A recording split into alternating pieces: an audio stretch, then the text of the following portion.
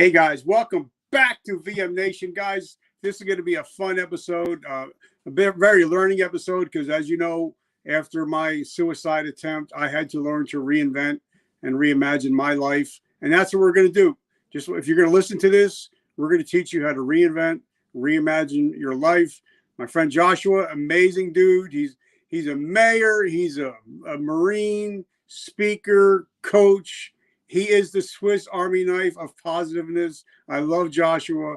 Brother, welcome to the show, and thank you so much. We finally got together. Thanks for having me. I appreciate it. I love it. So, by the way, guys, I love my Marines. I think you guys got the best uniforms, hands down, ever. And so do the ladies. And I also think that you guys have that once a Marine, always a Marine mentality that I actually love. So I love my Marines, and thank you for your service. Thank you, sir, and to you as well. So first, I do have a traumatic brain injury. So if I don't ask the question, I will forget. What is your definition of resiliency? Resiliency for me is the ability to quickly recognize a situation and overcome whatever the obstacle is in front of you. It's your nimbleness. It's your adaptability and flexibility to get through whatever life may present. Okay, so we're going to hop in the Wayback Machine. We're going to hop into DeLorean and go way back. So tell us a little bit about where you came from, where'd you grow up, and what was your decision to become a Marine? So I was born in '79 in Southern California. I was born in Poway. My dad was in the Navy. I lived in California for 9 days and moved back to Mankato, Minnesota, which is about an hour south of the Minneapolis-St. Paul metropolitan area. That's where my mom and dad were from. I grew up there until '89, which would have been the summer before 10th grade, and I moved up to the Lakeville, Farmington area. I was here until '97, graduated from Farmington Senior High School, and I ended up in the Marine Corps. It's a long story, but the reality behind it is I went to seek benefits for a loved one that I was in a relationship with at the time. Spent 3.5 years in the Marine Corps, got out September of '01 because of 9/11 and how it affected my career that I had in the Marine Corps. I went through a couple different jobs in sales and retail, did mortgages for a while, and I ultimately landed in automotive. And I spent the better part of 10 years in automotive, both service and sales, working my way through general sales, management, up to just short of the general manager level. And then I took a complete left turn and followed a passion of mine in the construction industry. And in July of 18, I started a general contracting company. So I was doing residential and light commercial construction, operated that for the last 4.5, almost 5 years. And I've recently taken on a new venture and doing personal coaching and leadership and culture development with both for-profit and nonprofit organizations and businesses, and also for individuals. And you're also a mayor, like I said. Right? Also a mayor. Throw that in there. It's like, it's just, I'm just a mayor. It's no biggie. It's another piece of civil service, right? No, I was elected to the Farmington City Council via write-in in 2018. So I was not on the ballot. I ran as a write-in candidate, and my successful candidacy came from the highest population city in Minnesota state history. So I served the first 2 years of a 4-year term. I then ran for the position of mayor because our existing mayor had finished his term and decided not to rerun. So that was in 2020. So I vacated the first half of my 4-year term as council member. I started a new 4-year term, and that puts me in year 5 of total elected, and I'm up for re-election next fall. Oh, I love it. But I want to hop back a little bit, because if anybody would see how successful you are now, you got a beautiful life, got a, beautiful business, you're healthy, you're happy, but a lot of people don't realize, if they don't know you that well, you went through a lot of shit. You went through a couple deaths that really affected you while still in the military. So hop back and let's talk about that a little bit. Because a lot of times, when we're in the military, when shit happens, we can kind of deal with it. because we have our military to keep us busy. But a lot of times when it's the time off, that it can really start fucking with your head. So talk to us about some of the losses you had while you were in the military and how it affected you mentally. I mean, because you're what, between 18 and 22 years old, somewhere around there? Yep, 18. Yep. So I graduated summer of 97. I was 18 and I was working a cooking job at the time. As a matter of fact, I had intended on going to St. John's University, and I wanted to pursue either pre-med or pre-law. I wanted to be a prosecutor. I wanted to be a doctor. And I went through all of the student loan, financial aid packets and everything. And when it all sorted out, my family's contribution would have been $15,000 beyond all the loans. That's what we qualified for. And my family didn't have it. And so I started looking at different options. And like I said, I was working as a cook at the time. And during the same period of time, I was dating a gal named Becky who had been dealing with lymphoma. And at the time, this was, mind you, this is 1998. So under the laws then, if you have a child who, or an adult child who is undergoing medical issues, you're covered under your family's insurance as long as they're full-time enrolled in college or they have some type of disability. But if they're of age, not in school, once I believe the age was 18 at the time, they fell under their own insurance. And so Becky had gone to school, she had started college, and actually she was in her second year, and she'd had a relapse. And so we sat down and had a conversation about like, what does this look like? And we were both pretty certain that, we were going to spend a significant time of our lives together. And so we came up with this idea that, well, why don't we get married and I'll go into the military and then they have to cover you. You're my spouse. And we didn't want to get in trouble for it. So I talked to my recruiter about it, and my recruiter said, absolutely not. Like if you go to boot camp, once you graduate and come back and get married, nobody can say anything. Like they're not going to kick you out. But if you do this before you leave, there's a high likelihood that they're going to find out and they'll find a way to admin sep you. And so we did. My cousin at the time was in the Air Force, and funny story that I enjoy telling is how I ended up in the Marine Corps versus other branches of the military. He had recommended I go and talk to the Air Force. So I called the Air Force recruiting station and asked them for directions. Because again, this was before Google, right? This is when we used to open up the atlases and the bookmark, or the books that you found with maps at the gas station. And they gave me directions. And when I rolled up, it was a Marine Corps recruiting office. And so I walk in the door and I'm like, this is not where I'm supposed to be. And I turned to the Marine that was sitting there, the recruiter, and I said, where's the Air Force recruiting office? And he looks at me square in the eyes. He says, get the fuck out of here. I turned around and I'm like, the Air Force didn't take me seriously. Like they were messing with me. They just thought I was, maybe some punk kid or whatever. And so I walked out, and before I got in my vehicle, I thought, you know what? Let me check this thing out. So I turned around, and that was like December 20th. And I was on the footprints in San Diego on January 28th.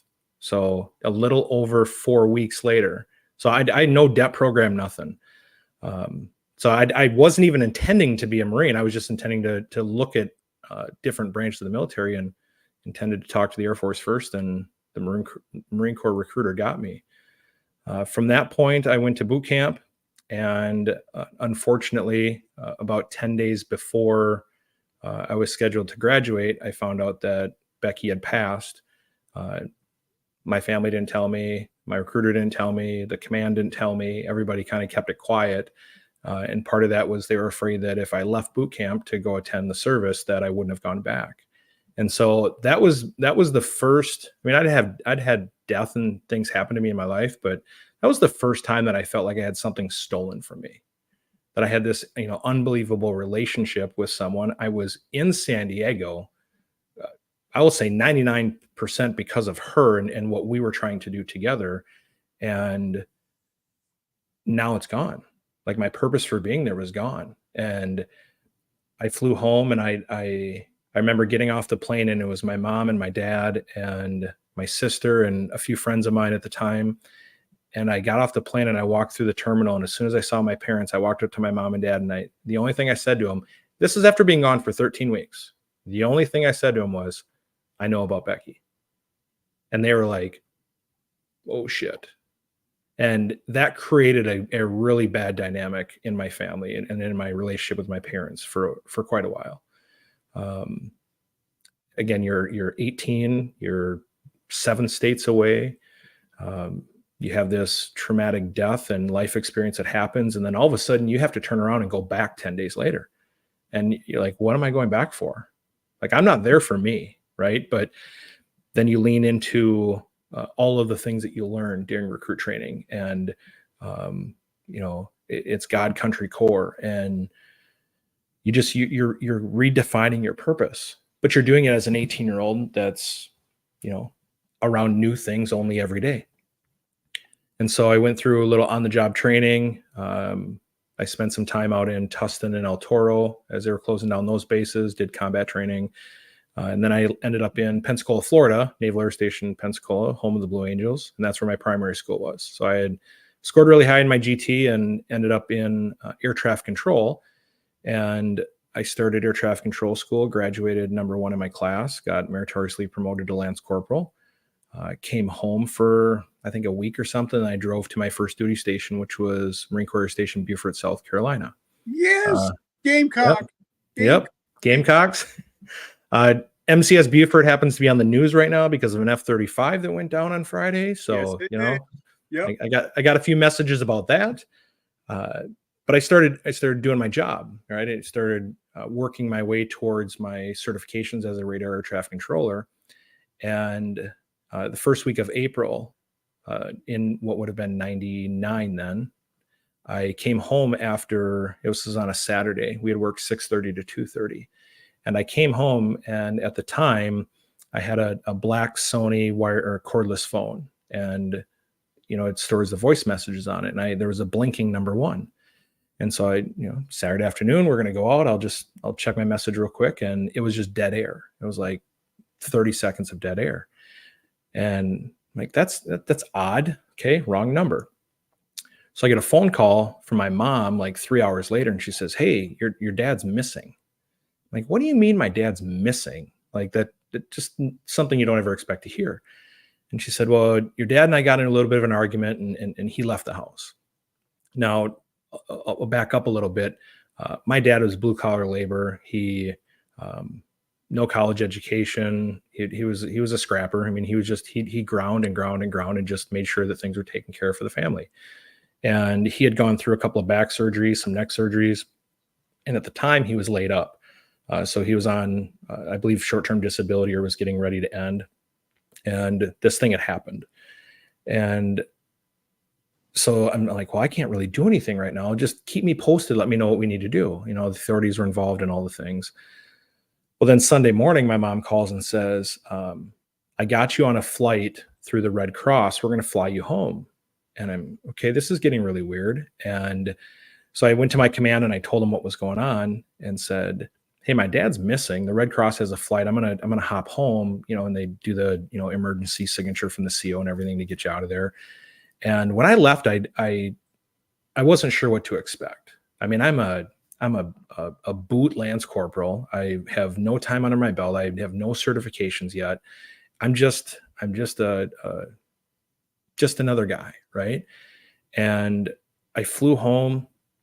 I met up with one of my dad's friends, and legitimately he was missing. Like we joked, we thought, well, he probably went out with some buddies, doing some drinking, smoked some dope, and he passed out and he's pissed at my mom. So he'll come home later on tonight. Well, he didn't come home. And I believe it was Monday or Tuesday.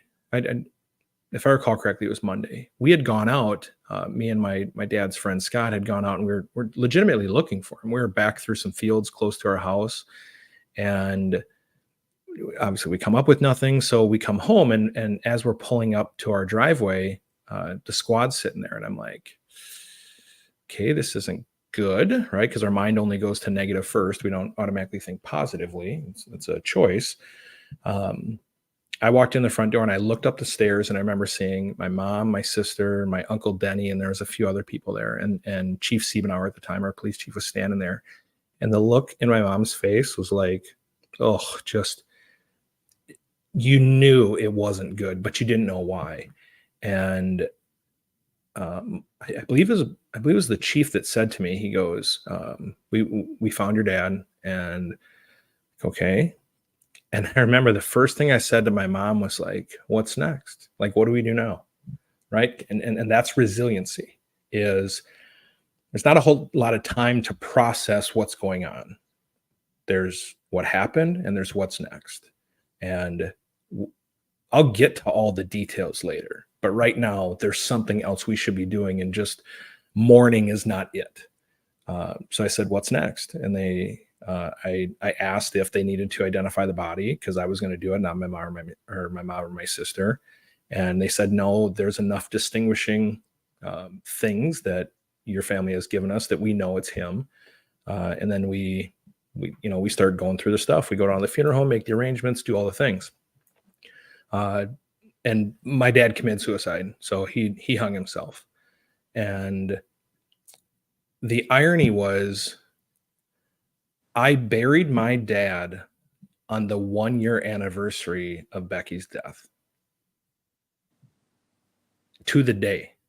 So the day that I'm thinking, now that it's all, coming back, timing has come together and all the things, I'm like, this is a day that I'm supposed to be thinking about the person that I'm in the Marine Corps for, the person that I had intended to spend a period of my life with. I was supposed to be celebrating her life and having a day of remembrance, and I'm burying my dad. I've got my dress blues on, and I'm, saluting his coffin draped in a flag. And that is a day that I do not wish on my worst enemies, to be at the time, a 19-year-old kid. I don't wish that on anyone. That is just, I remember that day very vividly. I remember the weather. I remember what people were wearing. I remember the deer running in the background at Fort Snelling. I mean, I remember it like it was yesterday, and that was April of 99. That's 24 years ago. And so all I had was, 30 days of bereavement leave, or bereavement, because convalescent was for medical. So I had the bereavement leave, and my command tried to get me attached to a local command here, but there's nothing else out of recruiting duty here in the Minneapolis-St. Paul area at the time. And so we did all of our things, and, spent some time at home with some friends and whatnot. And I went back to Beaufort, South Carolina. And my crew, again, like my brothers and sisters I served with, like, nobody expected me to come back. They just thought, like, here, dude's gone through so much shit in the last year. Like, how are you going to come back and do what is arguably one of the most stressful jobs in the Marine Corps?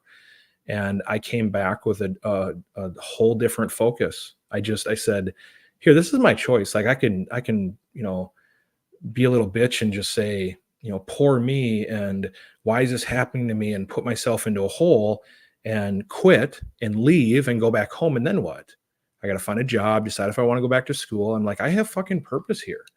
I have other people that have been depending on me. The Marine Corps has invested in me. I need to serve my country the best way I know how. And I'm just going to fucking strap up and go. Like, let's do this. Right. And I got my qualifications, and, I was steadfast in everything. I mean, I put my head down, and as a rifle expert, I was a 300 PFT. I made corporal in like 20 months or something. I mean, I made it really, really quick. I used it as like motivation and fuel to do what other people were expecting me to not do. And okay, let's hop back, because knowing what you know now, did you see any signs of PTS or anything like that? Knowing what you know now, did you notice anything? When you think back, you're like, oh man, I should have caught that. I should have seen that. Did you see any of that? Oh, absolutely. Right before I started primary school. Now this was July of 98, and Becky had died in April. So I'm 3 months removed from Becky's death. Before you go into primary school, you have to go in front of 3 flight surgeons. And mind you, these are 3 boot ensigns, right? They're just getting their career started on the naval side in medicine. But you have to go in front of 3 flight surgeons and do a psychological eval. And I failed the first one because I lost it.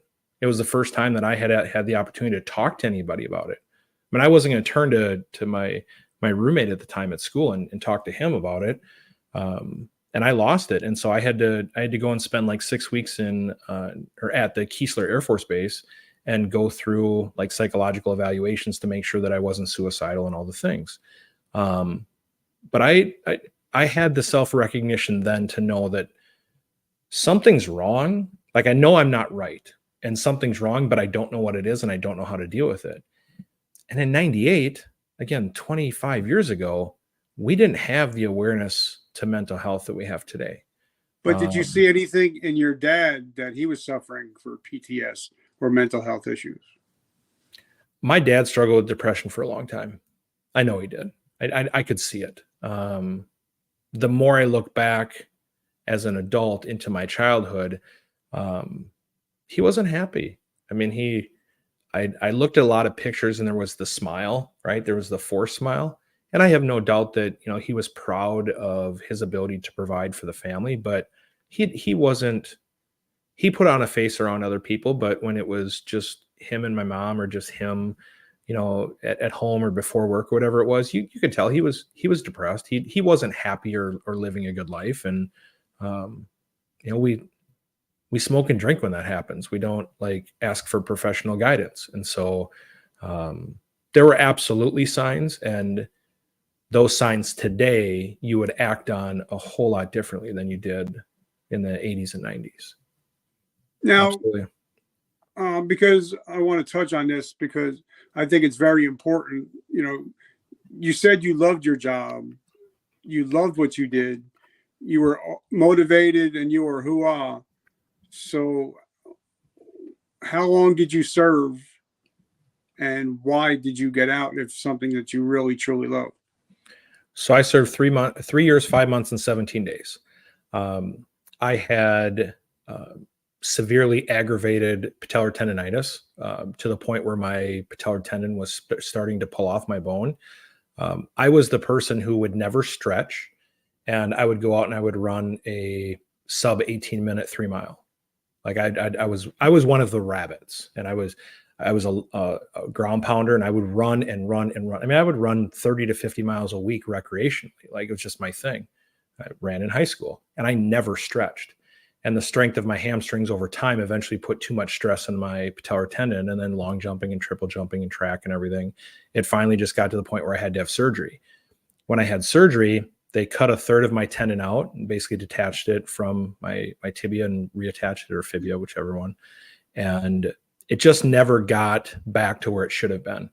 I had to go to a med board, and I fought. Like, I did not want to get out of the Marine Corps. There are parts of it that I hated, the bullshit of the, staff NCOs and your senior NCOs harping on, non-rates and low grade NCOs. But I really enjoyed what the Marine Corps did for me personally.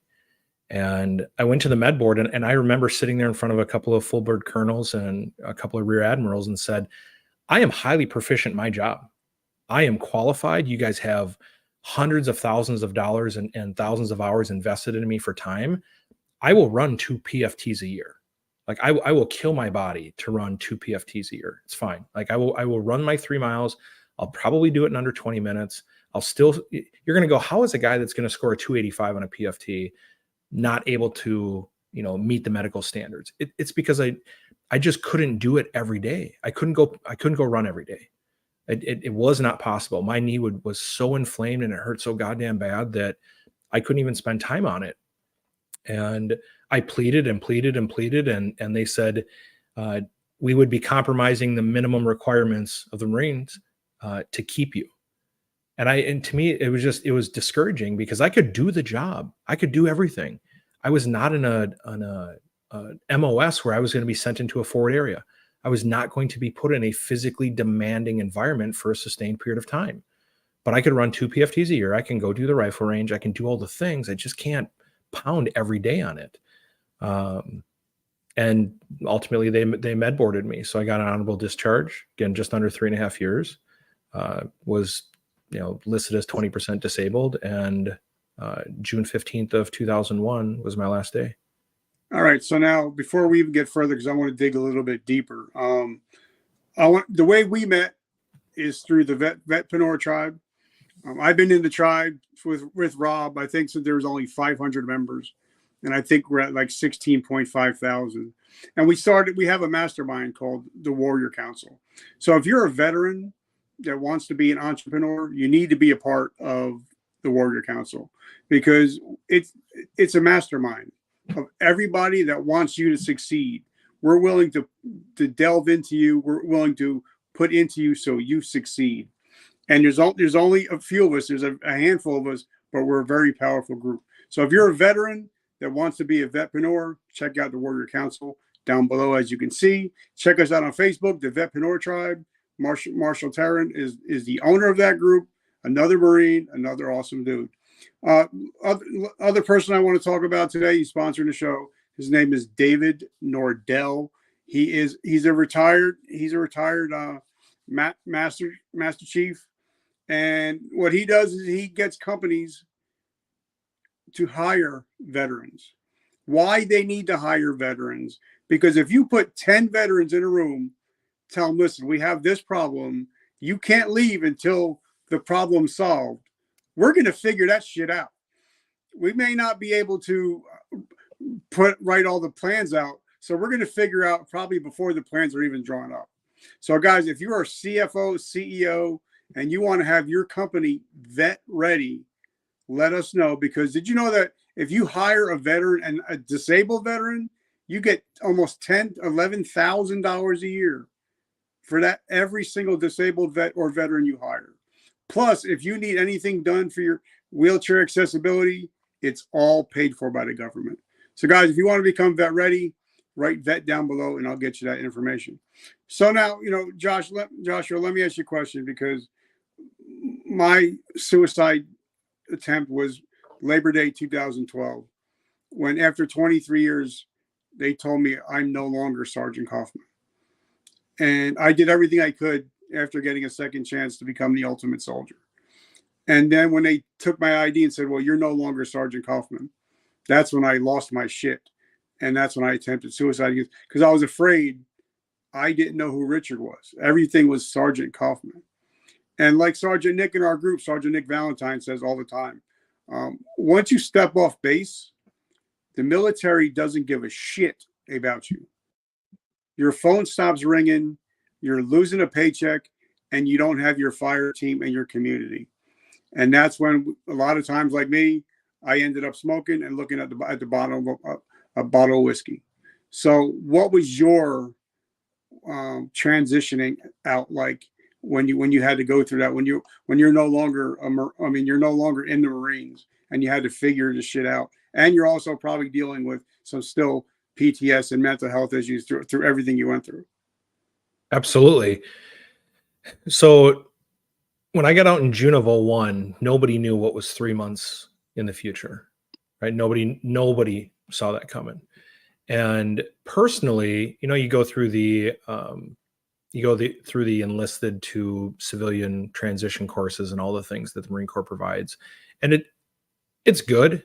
It prepares you, but to the points that you just made, I was Corporal Hoyt. I was controller. I had a job. People depended on me. All of a sudden, I'm just another person amongst the masses of the public sector. And I wasn't ready for that. I wasn't prepared, because I looked at myself as a very dialed Marine. My shit was tight and I was prepared for everything. I wasn't prepared to come back to the community that I left, the one that I knew, because I knew I was going to see it in a whole different light. And I didn't realize how nasty civilians really are. And I don't mean nasty, disrespectful. I just mean sloppy, not prepared. I don't want to use the obedient term, but there's just this, these civil liberties are rights, and they don't understand the difference. And I had a hypersensitivity to that. And frankly, it grossed me out. I mean, I'm like, oh my God, these, every place is dirty, and, people aren't squared away, and, they don't look at you in the eyes when they're talking to you, and there's no respect. It's just, it was so different. And I was not prepared for that. That took me a long time to reacclimate. With my career path being in air traffic control, I knew exactly what I had to do. At the time, the FAA wasn't hiring directly from military. You had to either work at a DoD facility or go back to school for 2 years to get a certification that I was already certified to proctor the test. So stupid red tape, whatever, I'll go through it. So I enrolled in my local community college. It was on like September 3rd or September 4th, and then September 11th happened. And when September 11th happened, Oklahoma City and the other schools got shut down. Everything got locked, and it was like, all right. So let me ask you a question, because, and I wrote, as you see, I'm writing stuff down because stuff I want to talk about. If I go stand on my front porch, I'm standing in the shadows of the Twin Towers. And we knew people that were in the building, and that day changed my whole life. Mm-hmm. Take us into the mind of an air traffic controller. Because I know because I'm hooked on this show called Air Disasters. I've watched every show, I think, like 30 times. But it's amazing, like especially at JFK, LaGuardia, Chicago, LA, how many close calls there are in the air and on the ground. So take us into the mind of an air controller. So air traffic control it's a very unique profession. All airspace, or the majority of the airspace, is regulated through the FAA. Universal language is English, and there's a book called the 7110.65. The manual is like 3 inches thick, right? There's a lot of rules, and there's not a whole lot of interpretation. You don't get to wing a lot of things. It's very procedural. Even for non-IFR aircraft, or a private pilot just pops up and hops around, there's still rules that govern the airspace. As a controller, you prepare and anticipate everything. That's your job. You train to anticipate what that pilot or what the decision is going to be made for that aircraft to deviate from course, for mechanical failures. There's always contingency plans. When something like 9/11 happened, now mind you, I wasn't in the radar room, but I've dealt with in-flight emergencies, and the first thing you do is you revert back to your training. And that's one of the most important traits that an air traffic controller, whether you're in the tower and you're doing it visually, or you're in a room working off a radar, that's one of the traits that you have to have is, number one, control. You have to be able to maintain your composure. You have to be able to articulate, speak clearly, and most importantly, put confidence in the person that's on the other end of your transmission. So even when shit hits the fan, you have to be able to give direction, give a heading, give an altitude, grant clearance, do anything. You have to do it with a level of confidence, because that's all that pilot has at that time. So something like 9/11, when that whole situation was unraveling, I was driving from my house to school, and I was listening to it on the radio. I was listening to the things as they transpired. When I got to school, I started to watch it on TV. And as I'm watching it, I'm thinking, like, what would I be doing if I was in one of those facilities? And the thing that tripped me out the most was when they did the national or the countrywide ground stop. Yep. When you stop the system and you have airplanes landing in remote areas, uncertain what refueling, departure, anything, that's an oh shit, what's really going on? Like to what degree is this? And so as a controller, you train to every possible scenario you can, so that when the thing happens, including non-radar is a situation where you lose power and you can't look at your screens, and everything is based off last known position. It's timing based on airspeed.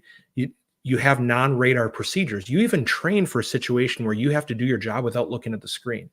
You have to be so confident in your procedures that the aircraft can still safely move throughout the ATC system when you can't even look at them.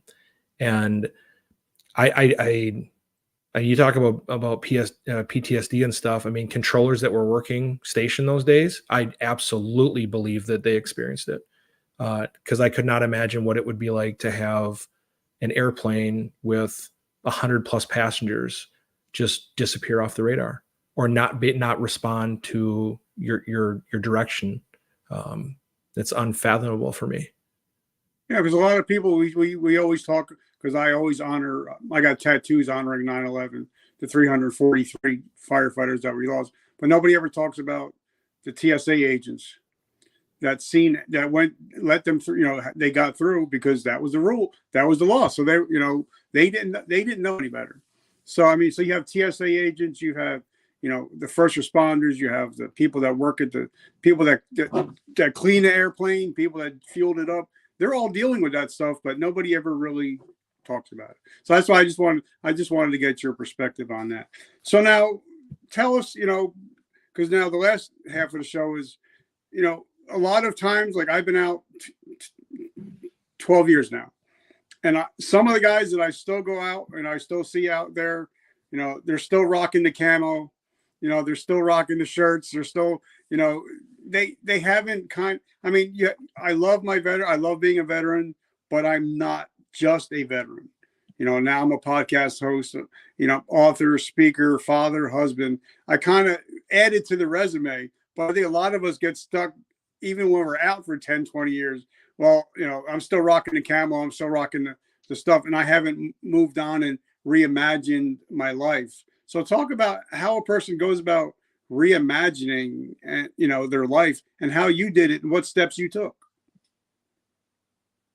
That's a great question. The most important thing to me is to realize that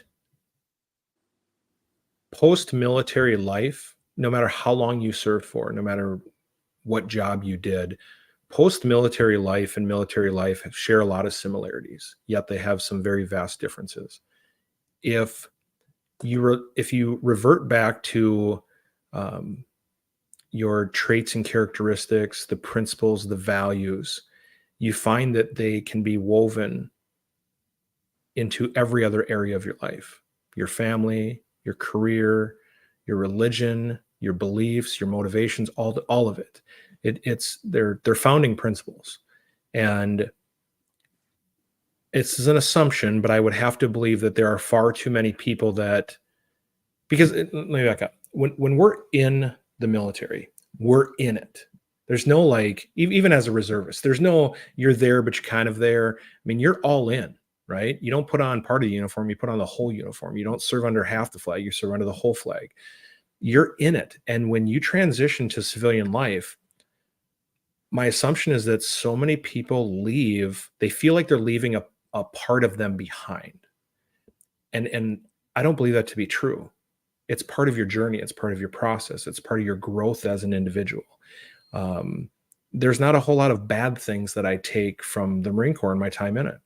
I rely on the strengths and the lessons that I learned, the positive side of it. I don't remember the gunny, grinding on me about being an idiot and making a stupid decision, or the flipping sandbags outside the facility for an hour because I was, being a smartass about something. I remember the team building. I remember the camaraderie. I remember the mission. I remember how we looked at each other, and it was, we over me. It was, we're in this together to get this thing figured out. It's not about me or you. It's about us getting the mission done. And that, you have to be very intentional with that. I think the most common thing is you get out of the military, you take some time off, not too much time off, because then you don't want to go back to work. You find a job, a career path, you decide to go to school. You have to have a plan. You have to have some sort of structure. In the military, they provide that for you.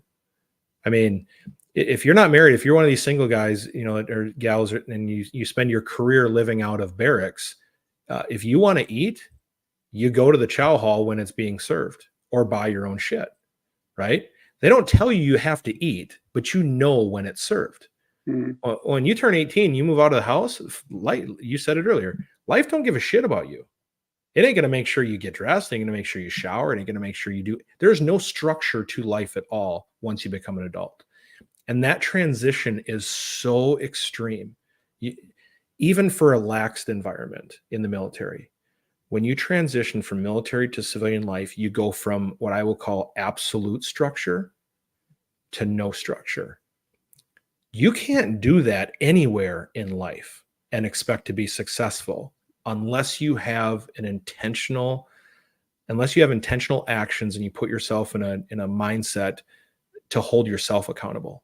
And so one of the things that I would really like to see, whether it's done through the VA or it's done through, yellow ribbon networks, is I would love to see some sort of military to civilian transition program that is supported by local veterans. So whether that's, you got a couple of them that have been out a few years, a couple of, Vietnam era, some Desert Storm, Desert Shield era, some, just cover a bunch of different decades and get a group of 5-6 people that become a system of accountability for that new veteran coming back to your community.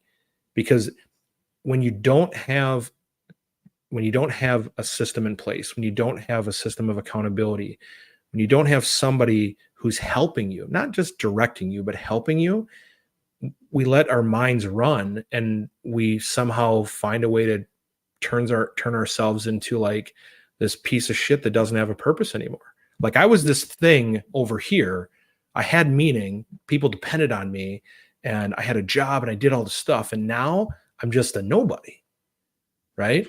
Well, that's why I started this show, because I realized after I started, I think I'm up to like 1,100 interviews, that if a person gets out of the military, or first responder, they take the uniform off.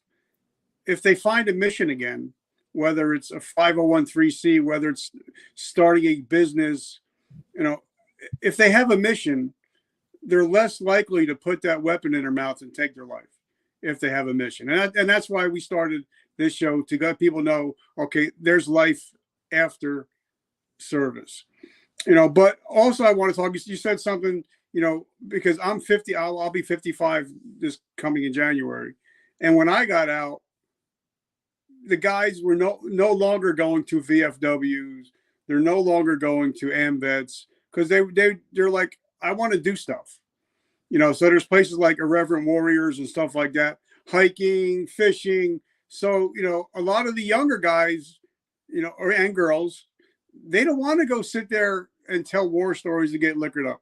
They want to go and do stuff now. So it's kind of like they're trying to bring the eat and chow over the Humvee, the hood of the Humvee again. So talk about that, because, we're in a different era to where now when people get out, they just want to do stuff, not just go get hammered sitting at the VFW. So through my personal experience with my dad, I have spent a lot of time around the suicide awareness and prevention system, I'll say, right? Just understanding, connecting with people at the VA. I've served on executive committees for larger groups that have gotten grants, and they've worked on it. And the number one constraint that every group comes to is, how do we connect to our veterans? How do we connect to them? How do we bridge the gap of resources to the individual that needs them? And you're right. Traditionally, the best conversations happen while breaking bread, right? They happen over meals. And that's why VFWs and Legions are bars, right? They know that. They're going to come in and they're going to drink and they're going to have a meal and they're going to talk. How do we do that in today's society with the information that we know? This is one of the single greatest challenges that I would say every nonprofit and or organization has in front of them, is we have to create an environment or environments that are free of judgment, right? I know when I'm around a group of veterans. I know. I jokingly say to people sometimes, like, you want to know when you're around someone who's really been through the shit? They don't talk about it. The ones that talk about it likely didn't go through it, because the ones that did don't want to talk about it. And you see a lot of private sector money supporting these causes, right? There's a lot of entrepreneurs that are, whether it's building ranches or retreats, creating programs, take a vet fishing. You have to create an environment where a veteran knows I am welcomed. I'm not going to be questioned. I'm safe. This is just about having fun. And it's going to take time. This is not like a plan the golf tournament and they're all going to show up. It takes a lot of effort and duplication over time for veterans to trust that that space is somewhere I'm going to put myself, because when I do, I know I'm vulnerable. And I'm not. Something I had a talk with the VFW here in town, and they asked my opinion. Well, what would you do? And I'm like, I would blast out. We're going to have Madden. We're going to be playing Halo. We're going to be playing 2K3, free pizza, free soda. You're going to see people show up just to play Madden, because that's what we did. When we were deployed, the TVs were all in either one room or one hut, and 30 guys would sit around and watch other guys play Halo or play NBA 2K or play Madden, and we all ate chips and ate junk food. But that's how we talked, and even if we didn't say anything to each other, we were there. And I think if we start, but he said, well, that sounds stupid. And I was like, I can't help you. You asked my advice. If that's what I know, I'd show up. Whether, I know I would go, even if they say, okay, we're going to have a video game day. Okay, I'm good. I'm in. Throw me in. Put me in, coach. Yeah. Some of my most memorable times of being in the Marine Corps were Monday nights. And now remember, this is 98, 99, right? So this is right in the middle of professional wrestling's WWF and WCW battles. The Monday Night Wars. Man, yeah. Monday night, we'd order, 10 pizzas from Papa John's. We'd just sit there and everybody had their person, and Sundays for football. And you hit the nail on the head. You just have to put them in an environment where they're comfortable, where veterans don't feel judged. They're not going to feel picked and prodded. And, I don't want to answer 400 questions. I'm proud as shit of my time. I'm proud of all the things I've done, but I don't always want to talk about it. I just want to be around like-minded people that share that same loyalty and devotion for the cause that we all signed up for. And I just want to, have 3 hours and not doing anything, playing Madden, razzing my buddy about how he lost to the Clippers.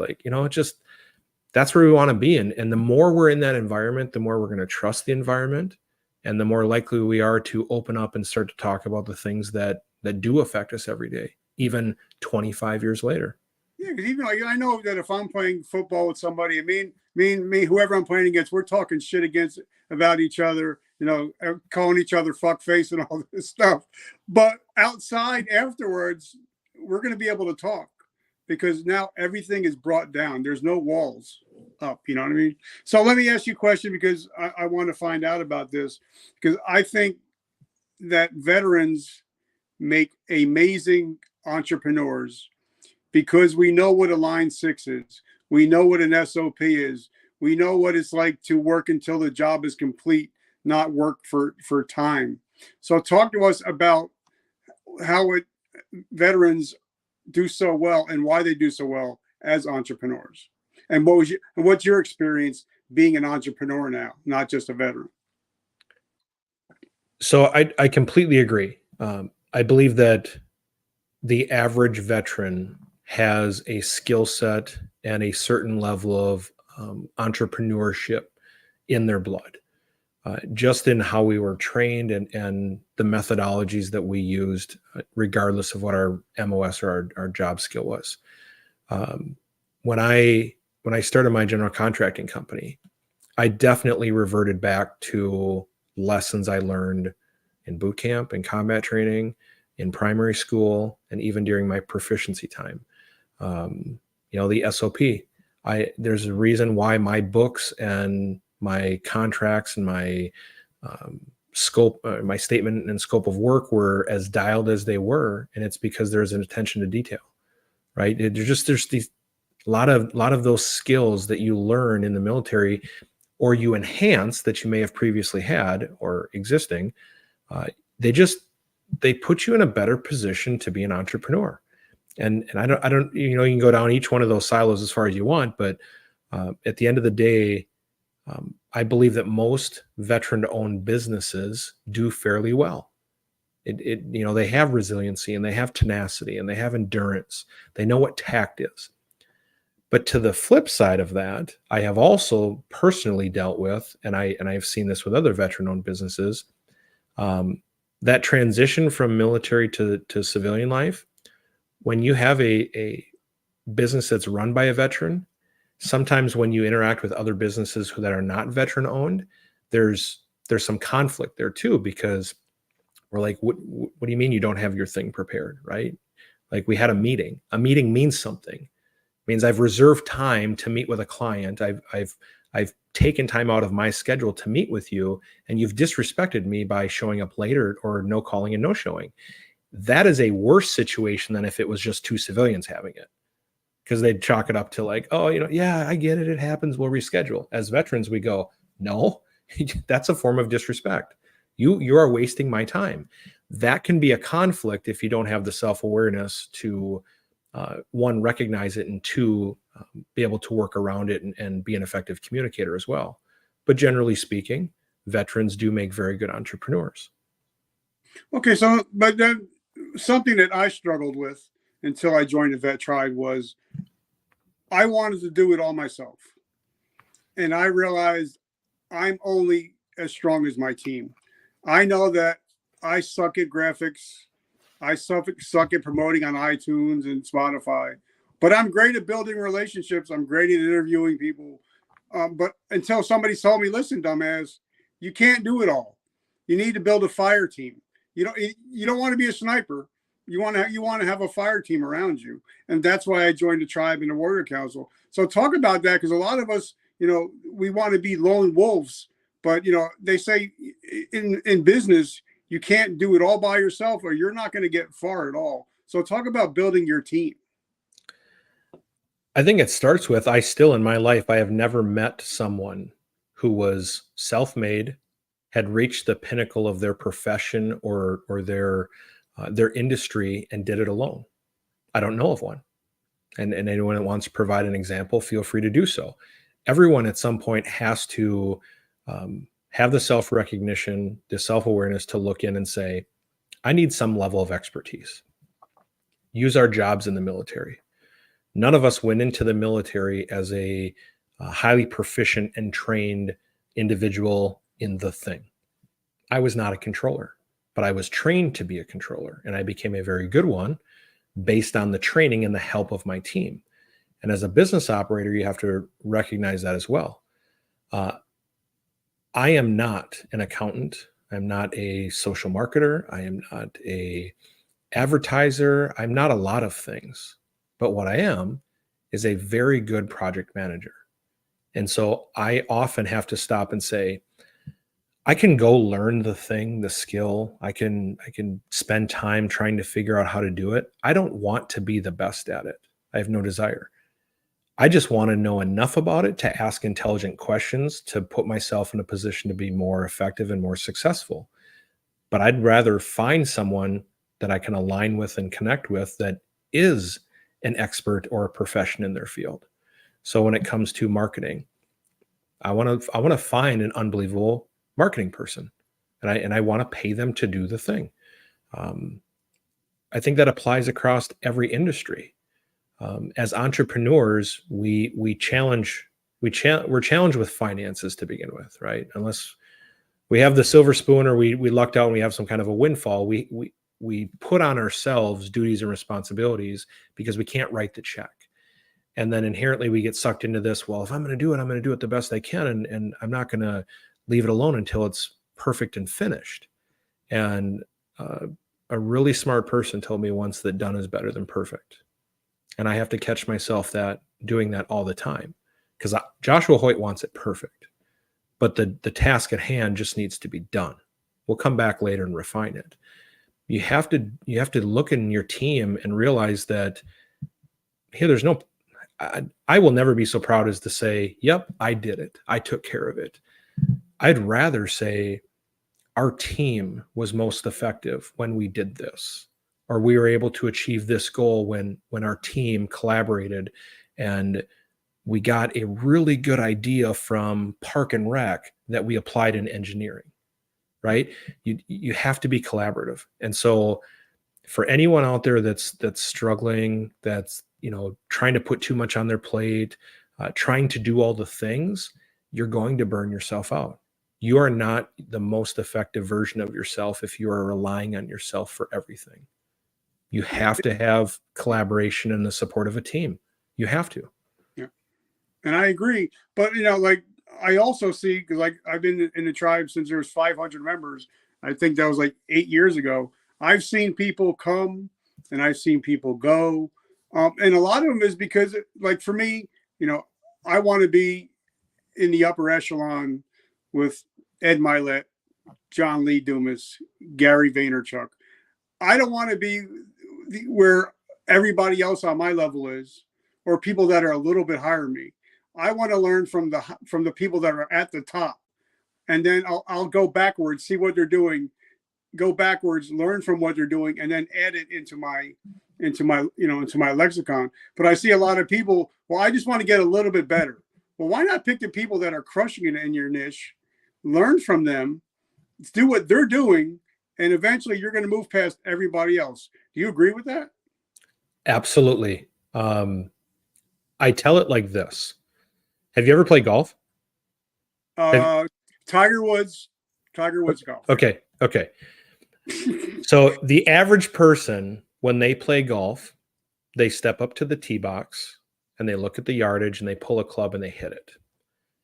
Once you play or you walk around, you follow a professional golfer, even a semi-pro golfer, you realize that they don't play, other than par threes, they don't play from tee box to green. They play from green to tee box. They play backwards. And I remember a time I was walking Hazeltine, which is here in the cities. It was right before one of our majors, and I was following Freddie Couples. And Freddie Couples was on a par 5, and he hit his driver. He had done his math and everything, and he hit his driver, and it came to the top of a ridge, and it went down into like an 8-foot gully, and then it came back up the other side. Well, when he hit it, it rolled down into the bottom. And I watched him and his caddy walk up, and he says, "We can't hit driver here no matter what. We're always going to hit 3-wood. And if there's any type of tailwind, we're going to hit 3-iron or 4-iron." He's smart enough to know, if I'm going to have a chance to score and put myself in a position to make 4, I can't end up here on my first shot, because that's going to determine what I do forward. So they play everything backwards. That's what I apply to life and I apply to business. And it's to your point about go to the highest level, go to the end result. I call it manifesting or whatever you want, but go to the extreme. Go to where you would stand and say, this is where I've made it. This is success. This is where I feel validated and all the things. And you work your way back based on what you see and the analysis that you did to determine how you achieve the goal. And that's what professionals do. They work backwards. We grind trying to do the daily things, and we lose track of our goal. And business owners do it every day. They get stuck in the business and not working on the business. So, and by the way, if I lose my fantasy game this week, I'm blaming you, because I started Kirk Cousins. So hopefully we have a good game. But the reason I wanted to say that is I watched a show called Quarterbacks. It was on Netflix. Yeah. And it was amazing that he did more mental work than he did physical work in the offseason. And I think that's pretty amazing that he sees a sports psychologist every day just to get that little bit of edge. So like I said, I think if I lose this week, I'm blaming it all on you. It's your fault. But so tell us, how do we find you? What do you got going on? What's going on in Joshua Hoyt's world now? And how can we support your mission? I appreciate the ask.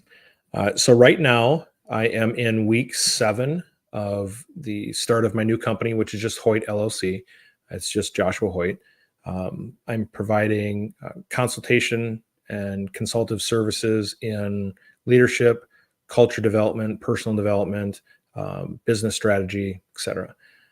I work in brainstorming and half-day work sessions. I'll do one-on-one work. I do it virtually or in person.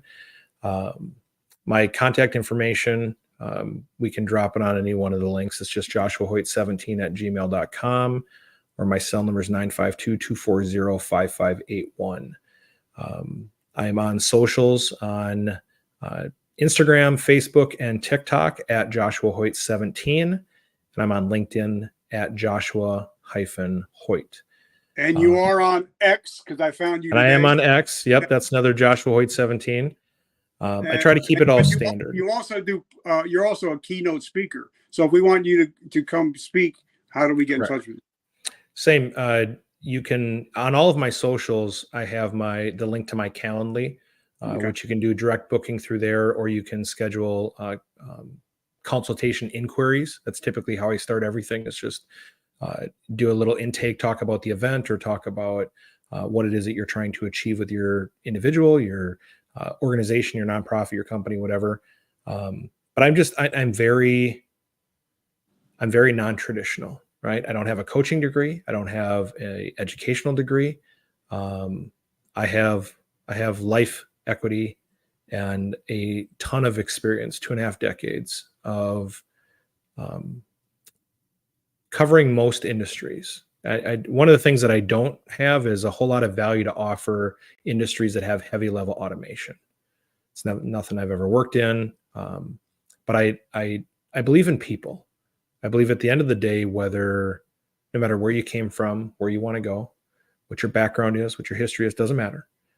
We're all human beings, and we're all capable of whatever it is that we decide we want to pursue and achieve. And there are methodologies and practices. There are a lot of great professionals out there that offer incredible ways and systems and all the things. I have found myself successful in every venture, every lane that I've pursued because of my resiliency, because of my adversity, the challenges that were laid in front of me and my ability to overcome it. And so that's what I tend to coach to, is more on individuals, how we build great teams, how we work on loyalty, trust, dependability, accountability, just trying to help people and their companies or organizations build the best version of them. They know the equipment, they know the tools. Well, the people are your single greatest asset, and that's the area that I want to work with individuals on. All right, so that's normally my last question. We're going to ask you one more question, because this is going out to the tribe and especially the Warrior Council. If Private Joe Snuffy is going out, starting a company September 19th, 2023, what would be your 3 best tips for them if they're starting a company today, September 19th, 2023? The first tip I would give them is find the individual or the company that you would most want to resemble once formed. So if you're going to go in the restaurant business, go sit down at your favorite restaurant, look at how they operate, and find out what it is about that company that makes you want to resemble it. Okay. That helps you define where you want to go. Number 2, I would make sure that you explore all of the resources that are readily available. Local municipalities and economic development departments, small business associations, chambers of commerce, Rotaries, others in the industry in your immediate area. Talk to all of them. I would rather someone spend 30 days talking to these other groups and companies and asking them specific challenges. What did your first 30 days look like? How did you get over, or what was your biggest obstacle? All the things, right? But I would delay the starting of my business until I spent time with those that are already in the industry, and those that are able to make sure that I'm effectively formed and starting on the right foot. And the third was, I would sit down and have a real conversation with yourself. Like, hobbies and businesses are 2 completely different things. And just because you're good at something doesn't mean you should charge somebody else for it. And I think every single person who is looking at going into business needs to have a real conversation with themselves. What's going to happen, and how do you react when the potential single largest client you may ever contract with wants to meet on your kid's birthday? how are you going to handle that situation? I think you need to get real really quick with yourself about what it is that you're committing to and to what level you're going to operate. Because if you have preparedness, if you have that plan, and it's okay to say no, but know that you're going to say no before the situation happens. And they were in no particular order, but number 3, I think, is the most important. You have to be real with yourself, and you have to figure out, it all sounds nice, it all sounds fun until your bank account starts trickling down to single digits and your house payments due and your spouse is harping on you and your kids are crying for attention and all you got on your brain is grind. Like, where's your balance? How are you going to be effective? You got to know what you're signing up for, and you got to be prepared for it. And a lot of people are not.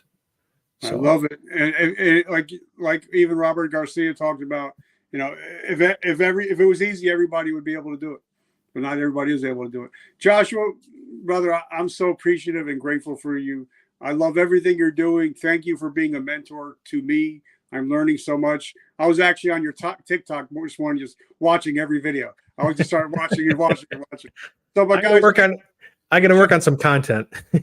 So just make sure you check him out, Joshua Hoyt 17, on all the platforms. Amazing content, and he's always giving, and never asking. So I just want to say, Joshua, thank you so much, brother. Thank you, brother. Appreciate it very much. So, all right, guys. So if you want to learn more about what we got going on, go to verticalmomentumpodcast.com. If you want to be a sponsor, if you want to be a guest, check us out. If you love coffee, if you love t-shirts, swag, we got it all. But guys, I'm a big Joel Osteen guy, and my favorite quote by him is, "We can either choose to be the victim or be the victor." Today, I hope you guys choose to be the victor instead of the victim. Thank you guys so much for being a part of VM Nation, and I will catch you later. Joshua, my brother, have an amazing week. Thank you. You as well.